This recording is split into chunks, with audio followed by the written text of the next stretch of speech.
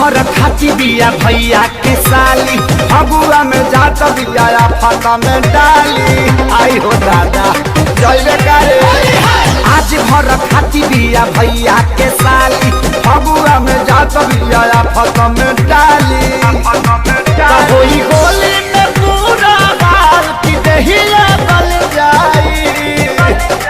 तो होई होली में पूरा हाल की दहिया बल जाई तैयारी रंग सायक तत्काल माल कल चल जाई है यारी रंग सायक तत्काल माल कल चल जाई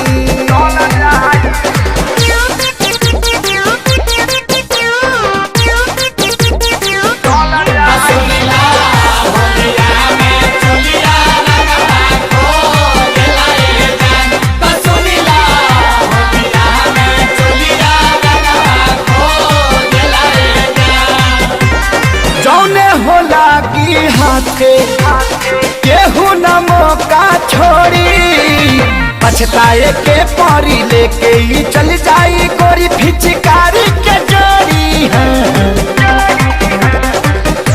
तो जाई जाई भाई मुआ के जाई तो भीरी साटे नदी खाली छुआ के जाई तो धके मोलो सच्ची को नगाल की कबल सहल जाई तैयारी डाला साता तकाल माल कल चल जाई है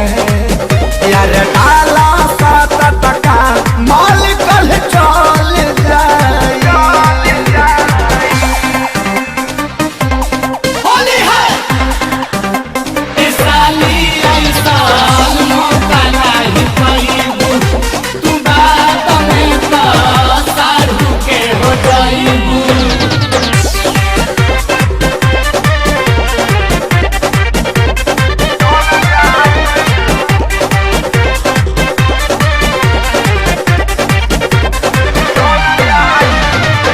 केहू के तनो रंग के दाव खातिया बड़ी भाव सोनू से ज्यादा रुपए से बाबा